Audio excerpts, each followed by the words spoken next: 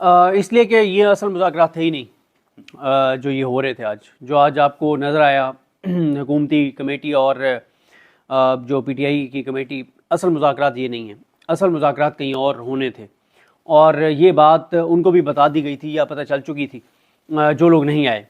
पहले तो मैं आपको ये बता दूं कि जो पहले जब ये डिसाइड हुआ था कि एक कमेटी जो है वो मुज़ाकरात करेगी पीटीआई की कमेटी के साथ, हुकूमती कमेटी, तो उस कमेटी में 3 नाम मेन थे। नंबर 1 मोहसिन नकवी साहब, नंबर 2 अनवरुल्लाह काकड़ साहब और तीसरी शख्सियत का मुझे नाम कंफर्म नहीं हो सका। 3 लोग कंफर्म थे उधर से, और पीटीआई से जो 2 लोग कंफर्म थे वो थे अली मीन गंडापुर साहब और बैरिस्टर गौहर साहब। ये 2 नाम कंफर्म थे कि ये होंगे जो संजीदा और असल मुज़ाकरात हैं। लेकिन फिर कहीं पे ये तय हुआ कि अगर ये लोग मिलेंगे तो फिर जाहिर है फिर तो ये सीधी सीधी बात हो जाएगी कि सबको पता है कि अनवरुल्लाह काकड़ साहब और बैरिस्टर गौहर साहब जो हैं, बैरिस्टर अनवरुल्लाह काकड़ साहब और मोहसिन नकवी साहब किसके नुमाइंदे हैं, और इधर से भी पता चल जाएगा कि क्या चीज़ें हो रही हैं। फिर फैसला ये हुआ कि एक होंगे दिखावे के लिए मुज़ाकरात और एक होंगे असल मुज़ाकरात।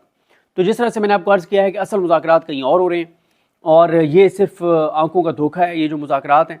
इसीलिए आपने देखा है कि एक लंबी तारीख मिल गई है 2 जनवरी की।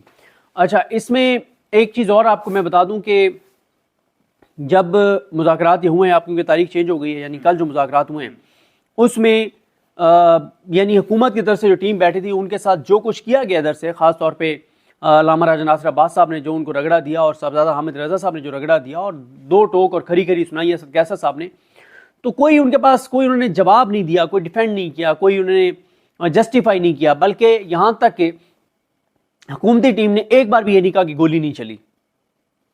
बल्कि सबसे बड़ी बात ये हुई है कि इसाक डार ने इस बात का एतराफ़ किया कि 26 नवंबर की वजह से पाकिस्तान के ऊपर आलमी दबाव बहुत ज़्यादा बढ़ गया और साफ नज़र आ रहा था कि ये बेचारे चाबी वाले खिलौने और इन बेचारों के पास भेजा गया कि जाके तुमने बैठना और बात करनी है और बात सुननी है बस पीटीआई की, बस चलाना है घंटा 1.5 घंटा 2 घंटे, ज़रा माहौल बनेंगे, मुज़ाकरात शुरू हो गए हैं और बड़ा अच्छा ये वो। अच्छा, एक चीज़ है मुझे भूल जाए, एक जुमला लिखवाने की कोशिश की गई उसमें, हाथ से लिखी हुई जो प्रेस रिलीज, उसमें एक जुमला लिखने की कोशिश की गई हुकूमत की तरफ से कि पीटीआई इस बात पे दस्तखत करे कि हम फ़ौज के साथ हैं। ये जुमला एतराज़ किया पीटीआई की कमेटी ने, उन्होंने कहा जी हम शुहदा के साथ हैं जो शहीद हो रहे हैं जवान, लेकिन आप इस तरह का जुमला हमसे लिखवा रहे हैं जिससे आप ये तासुर दे रहे हैं कि जो भी पॉलिसीज़ हैं या जो भी चीज़ें हैं, तो आप ऐसा जुमला लिखवाना चाह रहे हैं जो कि हमारे ख़िलाफ़ इस्तेमाल होगा। तो पीटीआई की टीम ने उस पर उन्होंने कहा जी सॉरी, इस पर ये जुमला हम नहीं लिख सकते। हाँ, जो जवान लड़ रहे हैं दहशतगर्दों के ख़िलाफ़, दहशतगर्दी के ख़िलाफ़, जो शहीद हो रहे हैं उनके साथ हैं, उनकी फैमिली के साथ हैं, लेकिन ऐसा जुमला ना लिखवाएं जो कि फिर आप हमारे ख़िलाफ़ आप लोग इस्तेमाल करें। और एक हुकूमती मेंबर ने ये कहा है कि पहले वो मिले, उन्होंने कहा जी ये तो सिर्फ एक आंखों का धोखा ही है जो हम करने जा रहे हैं। तो अच्छा, आप, हाँ, उन्होंने भी खुद ही एक हुकूमती मेंबर ने कहा है कि आपको भी पता है कि हमारे पल्ले कुछ नहीं है, सियासतदानों के पल्ले कुछ नहीं है, तो कोई मामला और कोई माजरा नहीं है। तो ये बात यानी उन्होंने बता दिया। तो बाकी जो इस सारी सूरत हाल में जिस तरह से मैंने आपको अर्ज़ किया है कि जो पसे पर्दा, अब आते हैं पसे पर्दा जो मुज़ाकरात चल रहे हैं वहाँ पे क्या चल रहा है। गो के ये जब मैं आपके साथ वीडियो रिकॉर्ड कर रहा हूँ, मैंने इससे पहले एक बड़ी इंपॉर्टेंट शख्सियत को कॉल की है और मैंने जो इंपॉर्टेंट शख्सियत को कॉल किया है उस इंपॉर्टेंट मैं 2 चीज़ें पहले इस पे चले आ जाते हैं, वो मुझे याद करेगा, मैं बता रहा था, चले वो मैं बात मुख्तसर कर लूँ, फिर इस पे आते हैं, हाँ, वो मैं पसे पर्दा मुज़ाकरात के हवाले से मेरी एक शख्सियत से बात होनी थी, लेकिन वो मुसलसल कॉल बिजी कर रहे थे, मेरी उनसे बात नहीं हो सकी। वो बात होगी तो आपको बताएंगे, लेकिन एक चीज़ मैं पसे पर्दा मुज़ाकरात के हवाले से बता दूँ, असेसमेंट, इन्फॉर्मेशन नहीं। मेरी एक बड़ी अहम शख्सियत जो कि चाबी वाले खिलौने नहीं हैं, जो कि बड़ी सिंसियर शख्सियत है इमरान खान के साथ, मेरी उनसे बात हुई है। मैंने कहा जी जो पसे पर्दा मामला चल रहे हैं उस पर आपका क्या ख्याल है। उनका यह ख्याल है कि वो कॉन्फिडेंट है कि बहुत बड़ा ब्रेक थ्रू होने जा रहा है विद इन 2 वीक्स।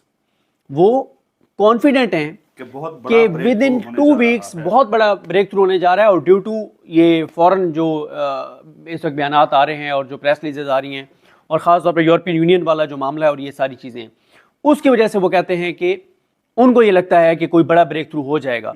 और जो मुज़ाकरात करने वाले हैं पीटीआई की तरफ से, वो भी ये बता रहे हैं मुसलसल कि जी चीज़ें बेहतर अंदाज में आगे बढ़ रही हैं। एक चीज़ जिस पे मामला रुका हुआ है वो एक ये भी है कि सीज़ फायर चाह रहे हैं, इस्टेब्लिशमेंट सीज़ फायर चाहती है पीटीआई से। बयानात और ख़ास तौर पे ओवरसीज़ पाकिस्तानी जो कुछ कर रहे हैं उसके ऊपर इस्टेब्लिशमेंट सीज़ फायर चाहती है पीटीआई के साथ 45 दिन के लिए। वो कहते हैं जी 45 दिन का टाइम है, 45 दिन में ब्रेक थ्रू होगा, आपको खुशखबरियाँ मिलेंगी, आपको अच्छी खबरें मिलेंगी। और यानी कोई जाके वो कहते हैं कि यानी 45 दिन की आप बात करें तो ये आगे फरवरी का तकरीबन टाइम मान रहा है।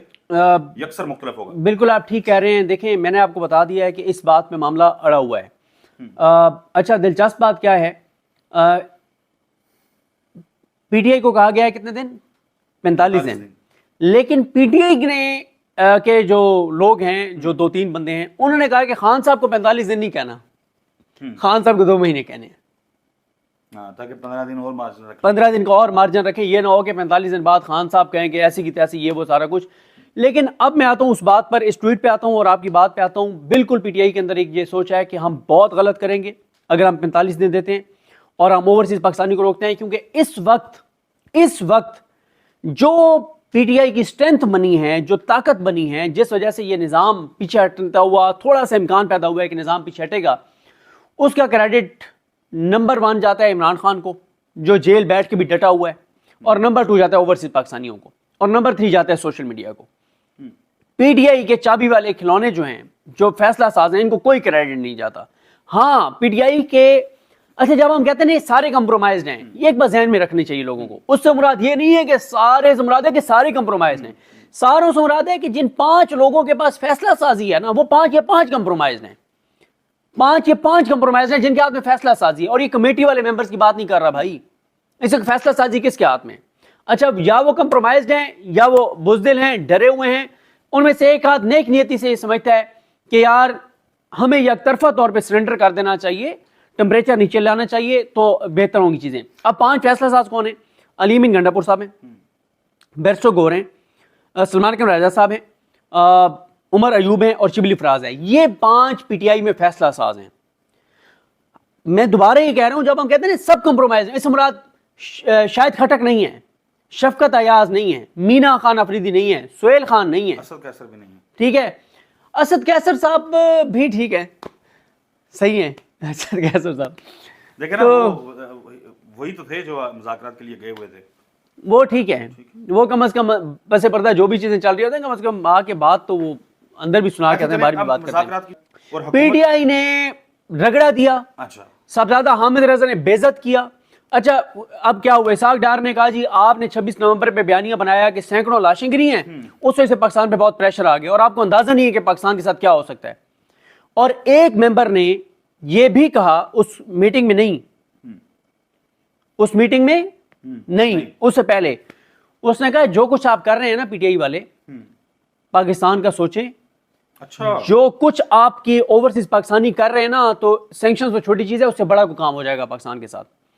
मीटिंग में जब इसाक डार ने ये कहा तो कि आप लोगों ने कहा सैकड़ों बंदे मार गए हैं और उस वजह से हुआ, तो अल्लामा राजा नासिर अब्बास ने कहा कि तुम ये बताओ कि बंदे 12 शहीद हुए, 13 हुए हैं या 100 हुए हैं, गोली क्यों चलाई? गोली क्यों चलाई? पहले तो इस सवाल का जवाब दो, गोली क्यों चलाई? तुमने किया क्या है? उन्होंने फिर सही उन्होंने, और फिर इसाक डार ने आगे से फिर वो जाहिर है वो फैसला कुन जो है वो, और उनकी भी जिनके साथ हो रहे थे उनकी भी आज मीटिंग थी एक। और अच्छा, ये भी हो सकता है, ये भी हो सकता है, ये भी हो सकता है कि पीटीआई की तरफ से बयान आया कि नहीं जी 2 बहुत लेट है, इतना टाइम नहीं दिया जा सकता, उससे पहले इजलास बुलाएं वरना फिर हमारे लिए मुश्किल हो जाएगा सिविल नाफरमानी की तारीख को मौखर करना। कि ज्यादा जो मसला है वो ओवरसीज पाकिस्तानी है। अब यहाँ से हमारा निज़ाम ये चाह रहा है कि ओवरसीज पाकिस्तानियों को कहो कि ये सब कुछ बंद कर दें जो कुछ वो कर रहे हैं। अच्छा, ओवरसीज पाकिस्तानी क्या कर रहे हैं? वो पीटीआई के जेर कमांड नहीं है, वो अपने तौर पे क्या कर रहे हैं। अब एक ओवरसीज पाकिस्तानी उसने क्या किया, उसने कुछ इंटरनेशनल वो निकाले जो हमने उनके साथ साइन किए हुए हैं, ठीक है, हमने उनको दस्तखत किए हुए हैं, उनको हमने लेके चलना है और हम उनको वायलेट कर रहे हैं तो उन्होंने उनको ईमेल्स करना शुरू कर दी कि ओ भाई पाकिस्तान तो वायलेट कर रहा है, कितने हो तुसी। अब वो अपने तौर पे कर रहे हैं। लिहाजा सर अब मामला सीरियस है, इस चीज को आप उससे मिला के देखें जो मैंने आपको बताया है कि एक शख्सियत की असेसमेंट है, इंफॉर्मेशन नहीं है कि 2 हफ्ते में कोई बड़ा ब्रेक थ्रू हो सकता है जो असल मुज़ाकरात जहां पे चल रहे हैं वहां पे। और लेकिन ये अब जो पीटीआई के चाबी वाले खिलौने हैं वो चाहते हैं कि बिल्कुल हर चीज रोक दी जाए। इसलिए आपने देखा है कि कल जो इस्तगासा था वहां पे भी नहीं गए बैरिस्टर गौर साहब, और बाकी भी अग्रेसिव नहीं है, और चाबी वाले खिलौने पीटीआई के अंदर जितने हैं वो कोशिश कर रहे हैं कि बिल्कुल बिल्कुल वो सारी चीजें करें, लेकिन ये इतना आसान नहीं है। देखिए ना इस वक्त आप एक और चीज देखें, महाज बहुत ज्यादा खुल गए। एक चीज और मैं आपको बता दूं कि अगर कोशिश की जा रही है कि वहां पे कोई जो धरना है पारा चिनार वाला वो खत्म हो जाए, अगर वो धरना खत्म ना हुआ, ऊपर भी खबरें आ रही हैं कि अगर वो धरना खत्म ना हुआ तो आज या कल कराची में धरना शुरू होगा और उसके साथ फिर लाहौर में शुरू होगा, फिर वो 3 दिन के अंदर अंदर पूरे पाकिस्तान में फैल जाएगा वो धरना, और चौथे दिन फिर इंटरनेशनली उसके ऊपर एहतजाज शुरू हो जाएंगे। तो इस वक्त देख रहे हैं फंसे हुए बहुत ज्यादा हैं कि कुरम वाला मामला है, पारा चिनार वाला मामला है, उसके ऊपर देख रहे हैं कोई तवज्जो नहीं है। वहाँ 50 बंदे चले गए, 50 बच्चे अद्वियात न होने से उनकी जानें चली गई। उसमें पीटीआई की केपीके हुकूमत भी जिम्मेदार है, वफाकी हुकूमत भी जिम्मेदार है, सिक्योरिटी के इदारे भी जिम्मेदार हैं, ये सब जिम्मेदार हैं। क्यों? ज्यादा उसमें जो लॉ एंड ऑर्डर का है वो सूबाई मामला नहीं है। पीटीआई की गवर्नमेंट जिम्मेदार है अस्पतालों में अद्वियात पहुंचाने की, उस हद तक जिम्मेदार है। बाकी इमरान खान साहब ने कह दिया था डीसी को चेंज करें, अली बिन गंडापुर साहब ने कहा कि जी मैं नहीं कर सकता, कहीं से मुझे मना किया गया कि आपने डीसी चेंज नहीं करना, उन्होंने नहीं किया। और बाकी इसलिए ये वफाकी हुकूमत का मसला है और सिक्योरिटी के इदारों का मसला है क्योंकि उसको 3 साइडों से अफगानिस्तान लगता है, ठीक है, और वहां पे है ही दाइश और तो वहाँ मामला जो है ना वो बहुत इस वक्त सीरियस हुआ है। ये कुरम वाला भी, पारा चिनार वाला, फिर केपीके के अंदर दहशतगर्दी के हालात आपके सामने हैं, बलूचिस्तान में आपके सामने हैं। 12-13 साल का रिकॉर्ड दहशतगर्दी का टूट गया है। 2024 में इतनी शहादतें हुई हैं, इतनी जाने गई हैं। अब आप देखें ना कि एक चीज़ और देखें, मैं देख रहा था कि ये इनको ख्वाजा आसिफ वगैरह को कि जवान शहीद हुए, अभी उनकी तदफीन हुई है और ख्वाजा आसिफ उधर मुजरों वाले प्रोग्राम वो मियां नवाज शरीफ की सालगिरह वाले अटेंड करता फिर है, ठीक है, कुछ शर्म होती है थोड़ी सी। बिल्कुल ही ऑन नहीं कर रही है।